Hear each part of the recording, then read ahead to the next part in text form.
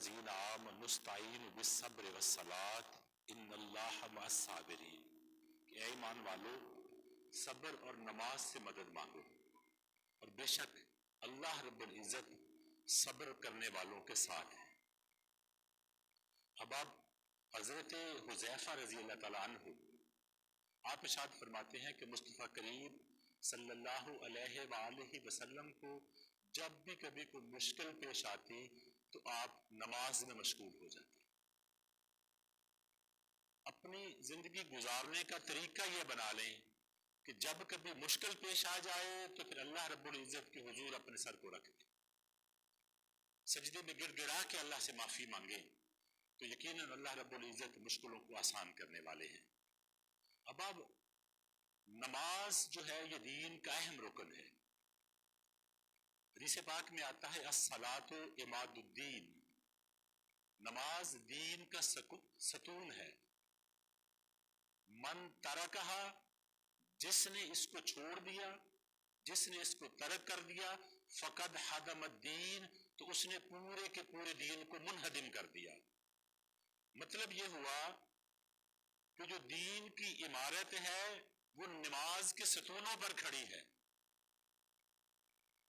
دین کی بلڈنگ کے جو پلر ہیں وہ نماز ہیں، اگر نماز نیچے سے نکال دی جائے تو پھر وہ پوری کی پوری بلڈنگ جو ہے وہ منہدم ہو جائے گی، وہ گر جائے گی، وہ باقی نہ رہے گی۔ تو ثابت یہ ہوا کہ جو بندہ نماز نہیں پڑھتا، جس بندے کی زندگی سے نماز نکال دی جائے، وہ صرف انسان تو رہ سکتا ہے، وہ مسلمان نہیں رہ سکتا، کیونکہ مسلمان جو ہے وہ دین کے ساتھ ہے۔ جس میں دین نہ رہے گا تو اس میں پھر اسلام کیسے آئے گا؟ اب آپ قرآن مجید فرقان حمید میں اللہ رب العزت ارشاد فرما رہے ہیں وَأَقِیمُوا الصَّلَاةَ وَلَا تَکُونُوا مِنَ الْمُشْرِکِینَ، نماز قائم کرو اور مشرکوں میں سے نہ ہو جاؤ۔ اس کا مطلب یہ ہوا جو بندہ نماز نہیں پڑھتا وہ مسلمان نہیں ہے، وہ مشرک ہے۔ اللہ رب العزت کا قرآن ارشاد فرما رہا ہے، حدیث پاک میں آتا ہے لیس بین العبد و بین الکفر الا ترک الصلاۃ، مومن اور کافر کے درمیان اگر کوئی چیز فرق کرتی ہے تو وہ صرف نماز ہے۔ مومن اور کافر کے درمیان اور کسی چیز کا کوئی فرق نہیں۔ لیس بین العبد و بین الکفر الا ترک الصلاۃ، مومن اور کافر کے درمیان اگر فرق ڈھونڈا جائے تو فرق یہ ہے کہ مومن نماز پڑھتا ہے اور کافر نماز نہیں پڑھتا۔ اب اس حدیث مبارکہ میں عبد کا ذکر ہوا ہے۔ عبد کہتے ہیں بندے کو، عبد عربی کا لفظ ہے، عبد بندے کو کہتے ہیں، عابد کہتے ہیں عبادت کرنے والے کو۔ اور ایک لفظ عبد ہے، ایک ہے لفظ معبود۔ عبد وہ ہے جو عبادت کرتا ہے اور معبود وہ ہے جس کی عبادت کی جاتی ہے۔ اب جو بندہ ہے، بندہ بندگی کے ساتھ ہے، وہ کیا بزرگ کسی نے قول فرمایا کہ بندگی بے بندگی شرمندگی، اگر بندے میں بندگی نہیں ہے، اس میں عبادت کرنے کا ذوق کا شوق نہیں ہے، تو پھر وہ بندگی نہیں ہے، وہ شرمندگی ہے۔ جو عبد ہے اس کا تعلق معبود کے ساتھ کیا ہے؟ معبود کون ہے؟ ہمارا معبود اللہ رب العزت ہے۔ معبود اس کو کہتے ہیں جس کی عبادت کی جائے۔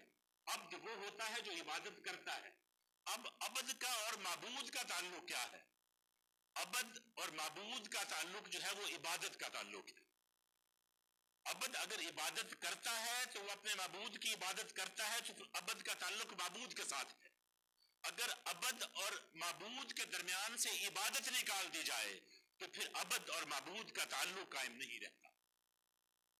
کیوں؟ اللہ رب العزت قرآن مجید میں ارشاد فرما رہے ہیں وَمَا خَلَقْتُ الْجِنَّ وَالْإِنسَ إِلَّا لِيَعْبُدُونَ، فرمایا میں نے جنوں اور انسانوں کو اس لیے پیدا کیا کہ وہ میری عبادت کریں۔ ہمیں جانوروں کو چارہ ڈالنے کے لیے نہیں بنایا گیا، دکانداری کرنے کے لیے نہیں بنایا گیا، خرید و فروخت کے لیے انسان کو نہیں بنایا گیا۔ انسان کا مقصد حیات جو ہے وہ صرف کاروبار کرنا نہیں ہے، بیوی بچوں کی خدمت کرنا صرف نہیں ہے۔ مقصد، اصل مقصد کیا ہے؟ اصل مقصد ہے، اللہ فرماتا ہے میں نے اپنے بندے کو بنایا ہے کہ وہ میری عبادت کرے۔ اگر بندہ عبادت ہی نہ کرے، باقی کام کرتا رہے، تو پھر اس نے رب کی تو پرواہ نہ کی، اپنے بننے کے مقصد کا تو اس نے خیال نہ کیا کہ مجھے بنایا کس لیے گیا ہے. آپ کسی کو ملازم رکھ لیں کسی جانوروں کو چارہ ڈالنے کے لیے اور وہ بندہ کہے کہ نہیں جی چارہ ڈالنے کے لیے تو میرے پاس ٹائم نہیں ہے, مجھے پٹھے پان واسطے میرے کو ٹائم نہیں ہے, کوئی اور کام کرا لو. تو مالک کہے گا نا کہ یار میں نے تجھے رکھا تو جانوروں کو چارہ ڈالنے کے لیے, اگر یہ نہیں کرتا پھر چھٹی کر, پھر تیرا میرا کیا تعلق ہوا. اب عبد کا اور معبود کا تعلق عبادت کا ہے. اگر جو بندہ عبادت نہیں کر اپنے مالک کے احکامات ہیں اس کی وہ پیروی نہیں کرتا تو پھر اللہ رب العزت سے وہ دستبردار ہو جاتا. اب نماز کی بہت بڑی فضیلتیں ہیں. نماز ان کی معراج, نماز نور ہے, نماز گناہوں کو مٹا دیتی ہے, نماز سے گناہ جھڑ جاتے ہیں, نماز پچھلے گناہوں کو بخشوا دیتی ہے اور نماز سے گناہوں کی آگ بجھ جاتی ہے. نماز کی برکت سے نمازی کے سر سے گناہوں کو گرا دیا جاتا ہے, نماز سے درجات بلند ہوتے ہیں. نماز رسول اکرم صلی اللہ علیہ وآلہ وسلم کی آنکھوں کی ٹھنڈک ہے اور قیامت کے دن سب سے پہلا سوال نماز کا ہوگا. اور قیامت کے دن نماز کی پابندی کرنے والا شہداء کی صف میں کھڑا ہوگا. نماز دین کا ستون ہے, نماز اللہ رب العزت کی خوشنودی کا ذریعہ ہے. نماز سے رزق میں برکت آتی ہے, نماز سے بیماریوں سے نجات ملتی ہے, نماز قبر کے عذاب سے بچاتی ہے اور نماز قبر کے اندھیرے میں چراغ ہے. نماز پل صراط سے آسانی سے گزرنے کا ذریعہ ہے اور نماز رسول اکرم صلی اللہ علیہ وآلہ وسلم کی شفاعت کا سبب بنے گی.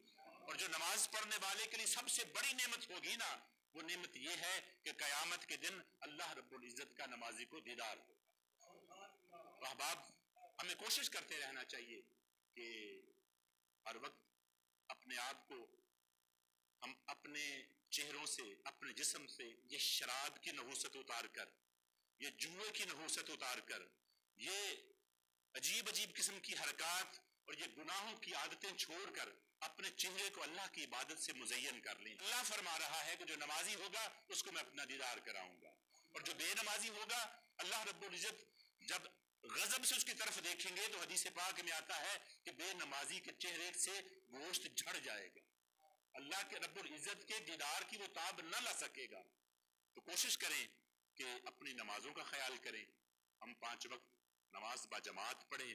حدیث پاک میں آتا ہے جو بندہ فجر کی نماز پڑھتا ہے اور جو فجر کی نماز پڑھ کے وہیں پر بیٹھ کر اللہ رب العزت کا ذکر کرتا ہے یہاں تک کہ سورج طلوع ہو جائے, تو حدیث پاک میں آتا ہے کہ جنت الفردوس میں اس بندے کے لیے 70 درجے ہیں اور 2 درجوں کے درمیان فاصلہ اتنا ہے کہ ایک سدھایا ہوا ٹرینڈ کیا ہوا تیز رفتار عمدہ نسل کا گھوڑا 70 سال دوڑتا رہے تو وہ 1 درجے کا فاصلہ طے کر سکتا ہے. ایسے 70 درجے ہیں. جو بندہ ظہر کی نماز ادا کرتا ہے بجماعت اس کے لیے جنت عدن میں 50 درجے ہیں. اور پھر فرمایا ایک سدھایا ہوا گھوڑا تیز رفتار عمدہ نسل کا گھوڑا 50 سال تک دوڑتا رہے تو وہ 1 درجے کے فاصلے کو کراس کر سکے گا.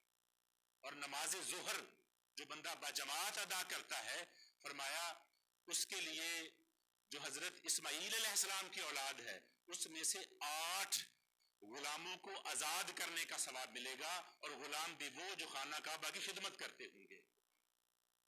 اور جو نماز مغرب ہے جو بندہ نماز مغرب بجماعت ادا کرے گا فرمایا اس کے لیے حج مبرور اور مقبول حج کا ثواب ملے گا اس کو.